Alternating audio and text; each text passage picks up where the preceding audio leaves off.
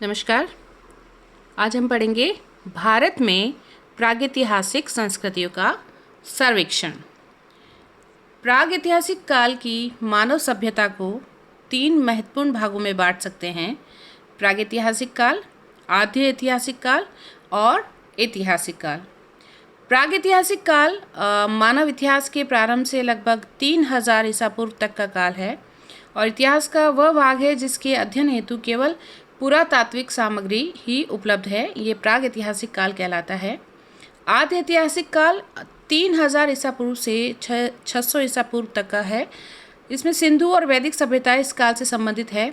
इसके अध्ययन हेतु पुरातात्विक और साहित्यिक दोनों प्रकार के साक्ष्य उपलब्ध हैं, परंतु पुरातात्विक साक्ष्यों का ही उपयोग हो पाता है। वैदिक साहित्य इसमें इसका अपवाद है। ऐतिहासिक काल 600 ईसा पूर्व के बाद का काल है और इस काल के अध्ययन हेतु पुरातात्विक, साहित्यिक तथा विदेशियों के वर्णन तीनों प्रकार के साक्ष्य इसमें उपलब्ध है।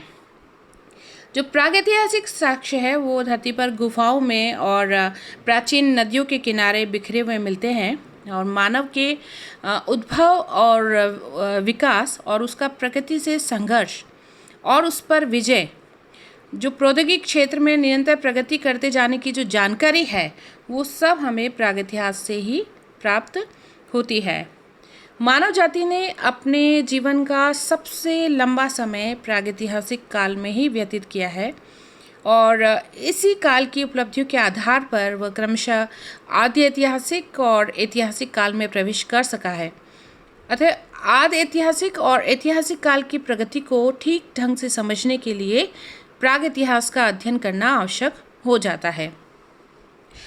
प्रागैतिहास से ही पता चलता है कि प्रकृति ने किस प्रकार मानव विकास और संस्कृति को प्रभावित किया है और इतिहास इसकी पूरी जानकारी देने में अक्षम है।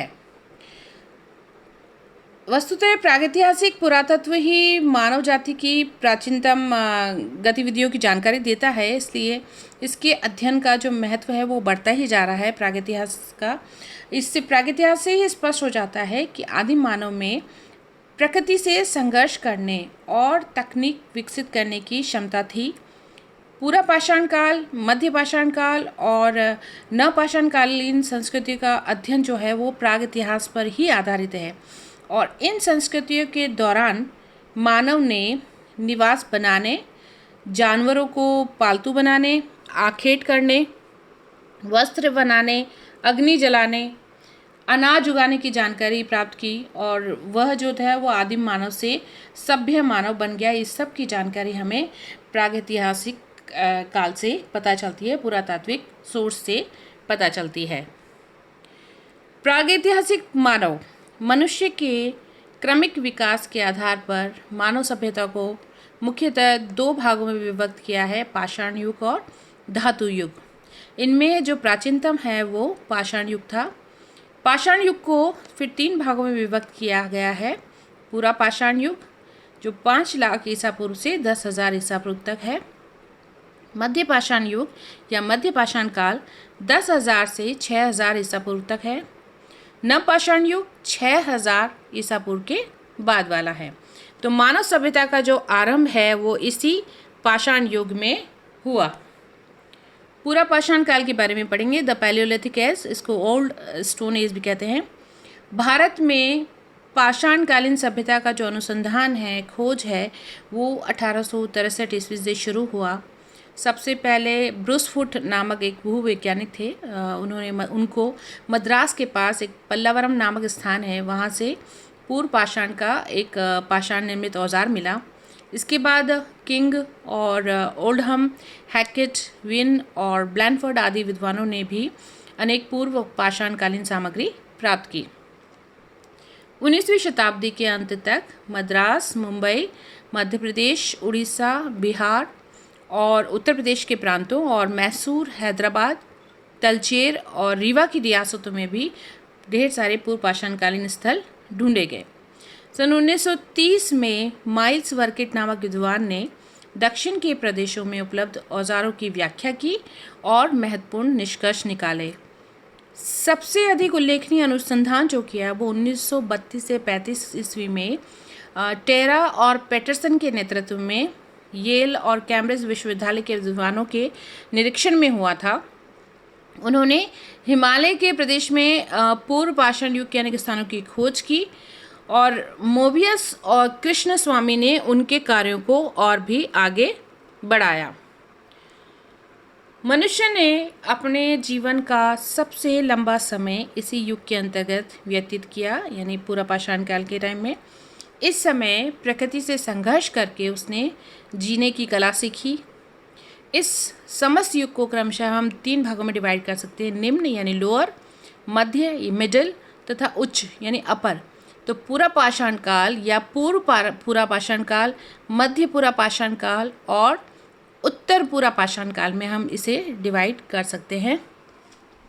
इन विभिन्न चरणों में मानव विकास की प्रक्रिया शुरू हुई और इसका प्रभाव बाद की प्रगति पर पड़ा। यह विभाजन पत्थर के औजारों के आधार पर किया गया था। ये जो डिवाइड किया गया था, जो विभक्त किया गया, वो पत्थर के औजारों के आधार पर किया गया था। निम्न या पूरा पाषाण काल, इस समय का मानव जीवन जो था वो अस्थिर था। उसके आवास, भोजन या वस्त्र की व्यवस्था नहीं थी। मानव समूह में शिकार करके अपना भोजन संग्रह करता था, जैसा कि आप पिक्चर में देख रहे हैं। कालांतर में उसने अग्नि का आविष्कार किया और वो फिर बाद में गुफाओं में रहने लगा। आगे चलकर शिकार करने के लिए उसे हथियारों की ज़रूरत पड़ी। सुगमता से जो भी उपलब्ध हो जाता था, जैसे पत्थर सुगमता से उपलब्ध हो जाते थे, तो उसे हथियार के रूप में उन्होंने काम में लिया। आरंभिक हथियार जो थे वो बेडोल थे, भौंडी आकृति के थे और सुंदर नहीं थे। इस काल का अधिकांश जो हिम युग के अंतर्गत ही व्यतीत हुआ, यानी आइस एज के अंतर्गत ही निम्न या पूरा पाषाण काल निकला। इस युग के हथियारों में प्रमुख थे हाथ की कुल्हाड़ी, जिसे हैंड एक्स कहते हैं, और खंडक उपकरण यानी चॉपिंग टूल्स जो चॉप करते थे, कोर और फलक जो फ्लैक उपकरण हैं, और विदर्निया क्लीवर्स, जैसा कि आप पिक्चर के अंदर देख रहे हैं। आपको हैंड एक्स भी दिख रही है, निडल दिख रही है, किस तरह से हड्डी की सुई बनी हुई है, चॉपर है, चॉपिंग टूल्स, हैंड एक्स दिख रहा है टूल्स ऑफ पैलियोलिथिक एरा के अंदर, और क्लीवर। भारत में इस संस्कृति के 2 प्रमुख केंद्र थे, सोहन संस्कृति और मद्रासियन संस्कृति। सोहन संस्कृति जो थी वो उत्तर पश्चिम में पाकिस्तान में सोहन नदी के किनारे थी। इसको पैबुल चोपर चॉपिंग संस्कृति भी कहा जाता था। मद्रासियन संस्कृति दक्षिण भारत की है, इसे हैंड एक्स क्लीवर संस्कृति भी कहा जाता है। इन संस्कृतियों का विकास नदी घाटियों में हुआ और इन 2 प्रमुख केंद्रों के अलावा भारत के अन्य भागों से भी, जैसे नर्मदा घाटी, महाराष्ट्र की प्रवरा नदी, आंध्र प्रदेश, कर्नाटक, मध्य प्रदेश, उत्तर प्रदेश, बिहार, पश्चिम बंगाल, उड़ीसा और असम की घाटियों से भी पूरा पाषाणकालीन उपकरण प्राप्त हुए हैं। मध्य प्रदेश के भीमबेटका यानी रायसीन और उत्तर प्रदेश के बेलन घाटी यानी मिर्ज़ापुर से गुफाओं का अस्तित्व मिला है, जहां मानव समूह में रहता है, ऐसा दिखाया गया है, ऐसा दिखता है उस गुफा से। इस समय का जो मानव था, जो निम्न पूरा पाषाण काल का जो मानव था, वो भोजन संग्राहक था, यानी फूड गैदरर, यानी भोजन इकट्ठा करने वाला था, भोजन उत्पादक नहीं था, यानी फूड प्रोड्यूसर नहीं था। मध्य पूरा पाषाण काल, इस काल में मनुष्य ने अपने उपकरणों को ज़्यादा सुंदर और उपयोगी बनाया। पूरा पाषाण काल का जो उपकरण थे वो सुंदर नहीं थे, जैसा उपलब्ध थे उनको उन्हें एज इट इज़ यूज़ किया। तो इस काल में मनुष्य ने अपने उपकरणों को ज़्यादा सुंदर और उपयोगी बनाया। अब क्वार्ट्ज़ाइट की जगह वो जैस्पर, चैट इत्यादि जो चमकीले पत्थर थे, इन पत्थरों का नाम है, इनकी सहायता से फलक हथियार उन्होंने बनाए। इसलिए जो प्रसिद्ध भारतीय पुरातत्ववेत्ता हैं डॉक्टर H.T. सांकलिया ने मध्य पूरा पाषाण काल को फलक संस्कृति का नाम दिया है। इस काल में फलकों की सहायता से मुख्यतः भेदक, खुरचनी, बेधनियाँ इत्यादि बनाए गए हैं। ये हथियारों के नाम हैं। कहीं कहीं पर हाथ की कुल्हाड़ी भी मिलती है। इस युग के हथियार पहले की अपेक्षा ज़्यादा सुडौल, छोटे, प्याने और उपयोगी थे, जैसा कि आप इस पिक्चर में देख रहे हैं। भारत में इस संस्कृति के जो अवशेष हैं उत्तर पश्चिमी क्षेत्र की अपेक्षा प्रायद्वीपीय क्षेत्र से ज़्यादा प्राप्त हुए हैं। इस संस्कृति के मुख्य स्थल हैं बेलन घाटी जो कि उत्तर प्रदेश में है, उड़ीसा, आंध्र प्रदेश, कर्नाटक की कृष्णा घाटी, बेतवा घाटी जो कि एमपी की है, मध्य प्रदेश की सोन घाटी, महाराष्ट्र का नेवासा, यहाँ पर इस संस्कृति के अवशेष मिले हैं।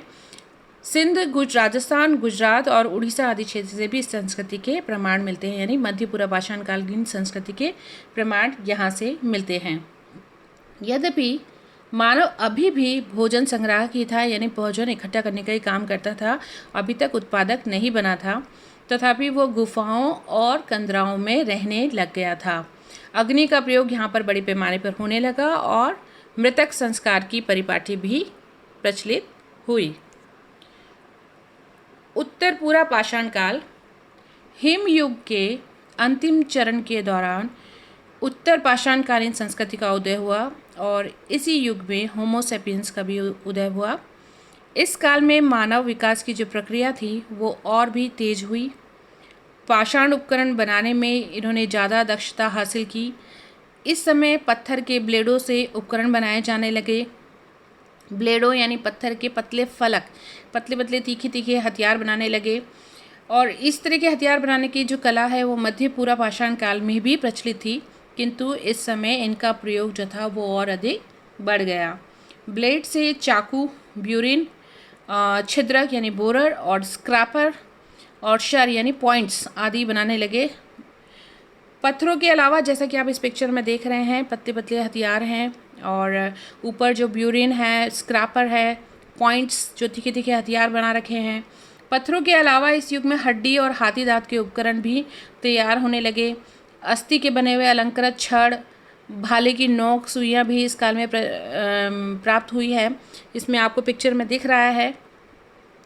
भारत में इस संस्कृति से संबंधित अनेक स्थान मिले हैं, जिनमें प्रमुख हैं उत्तर प्रदेश का बेलन घाटी और आंध्र प्रदेश का रेनीगुंटा और येरगोंडपल्लेम, चिंतामनुगामी और बेटमचर्ला, कर्नाटक का शोरापुर दोआब और बीजापुर, महाराष्ट्र में नामगांव और मध्य प्रदेश में सोन घाटी, गुजरात का विसादी और बिहार का सिंह भूमि जो उत्तर पूर्व पाषाणकालीन प्रमुख स्थल हैं। इस युग में मानव जीवन में कुछ विशेष परिवर्तन दिखाई देते हैं।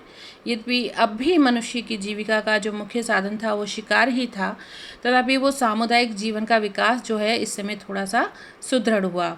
अनेक व्यक्ति झुंड में रहते थे, जैसा कि आप पिक्चर में देख रहे हैं, जिन्होंने आगे चलकर परिवार को जन्म दिया। यद्यपि सामाजिक असमानता और व्यक्तिगत संपत्ति की भावना का उदय अभी नहीं हुआ था, तथापि मोटे तौर पर पुरुषों और महिलाओं में श्रम विभाजन जो था वो शुरू हो चुका था। पुरुष भोजन संग्रह का कार्य करते थे और महिलाएं घर की देखभाल करती थी। निवास के लिए गुफाओं के अलावा संभवतः झोंपड़ियां भी बनाई जाती थी। हड्डी से बनी हुई सुइयों की सहायता से जानवरों के चमड़े को वस्त्र के रूप में सिलकर पहना जाता था। कला और धर्म के प्रति भी लोगों की रुचि बढ़ी। नक्काशी और चित्रकारी दोनों रूप में कला व्यापक रूप से देखने को यहाँ मिलती है। भीमबेटका की गुफाओं से उत्तर पाषाणकालीन गुफा चित्र मिले हैं और ये चित्र जो मिले हैं वो ऐसी अंधेरी गुफाओं में मिले हैं जहाँ प्रकाश पहुँचना बहुत कठिन है। जैसे कि आप पिक्चर में देख रहे हैं, ये गुफा का चित्र है जहाँ पे इस तरीके से उन्होंने चित्रकारी की हुई है। चित्रकला के अलावा नक्काशी करने और मूर्ति बनाने की कला भी बहुत विकसित हुई। हड्डी से बने उपकरणों पर सुंदर नक्काशी की जाने लगी। अस्थियों और हाथी दांत से सुंदर मूर्तियां भी बनने लगी, जिनका कुछ धार्मिक महत्व भी था। उत्तर प्रदेश की बेलन घाटी से हड्डी की बनी एक माता देवी की मूर्ति मिली है। भारत में ऐसी मूर्ति किसी भी स्थान से नहीं मिली है, केवल उत्तर प्रदेश की बेलन घाटी से ही मिली है। इस समय आभूषण भी बनाए जाते थे जो अस्थियों और जानवरों के दांतों से बनाए जाते हैं, जैसा कि आप इस पिक्चर में देख रहे हैं। ये उत्तर पूर्व पाषाण काल के ही आभूषण है। इतनी प्रगति के बावजूद भी अभी भी मानव जो था वो सभ्य नहीं बना था। उसे असभ्य और बर्बर और जंगली ही कहा गया, लेकिन सभ्यता की सीढ़ी पर ज्ञानी मानव जो था वो अब आगे बढ़ चुका था। उत्तर पूर्व पाषाणकालीन संस्कृति की जो अवधि है वो ईसा पूर्व 30,000 से 10,000 के बीच तक मानी जाती है। भारत में यह संस्कृति पश्चिम में सौराष्ट्र और राजस्थान तथा पूर्व में विंध्याचल और छोटा नागपुर तक फैली हुई थी। ये संपूर्ण क्षेत्र जो है वो पूरा पाषाणकालीन सांस्कृतिक क्षेत्र के नाम से जाना जा सकता है। तो पूरा जो पूर्व पाषाणकालीन है या पूरा पाषाणकालीन मनुष्य का जीवन तो जो था वो पूर्णतः प्राकृतिक था। वो ज़्यादातर आखेट पर निर्भर करते थे, शिकार पर निर्भर करते थे। उनका भोजन मांस अथवा कंदमूल ही हुआ करता था और अग्नि के प्रयोग से अपरिचित रहने के कारण प्रारंभ में वे कच्चा मांस खाते थे। उनके पास कोई निश्चित निवास स्थान भी नहीं था तथा उनका जीवन जो था वो खानाबदोश या घुमक्कड़ था। सभ्यता के इस आदिम युग में मनुष्य जो था वो कृषि कर्म और पशुपालन से परिचित नहीं था और ना ही वह बर्तनों का निर्माण करना जानता था। इस काल का मानव केवल खाद्य पदार्थों का उपभोक्ता था। वो अभी तक उत्पादक नहीं बन सका था, मतलब भोजन इकट्ठा ही करता था, अभी तक उत्पादक नहीं बन सका था। मनुष्य तथा जंगली जीव के रहन सहन में कोई विशेष अंतर नहीं था।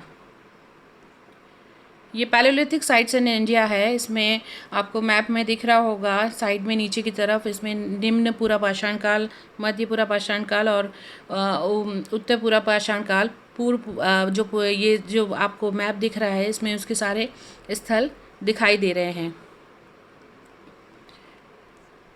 तो आज के लिए हम इतना ही पढ़ेंगे। हम पार्ट 1 में हमने पढ़ा पूरा पाषाण काल के बारे में और पार्ट 2 में हम पढ़ेंगे मध्य पाषाण काल और उत्तर पाषाण काल के बारे में पढ़ेंगे। तो आज के लिए इतना ही। Thank you.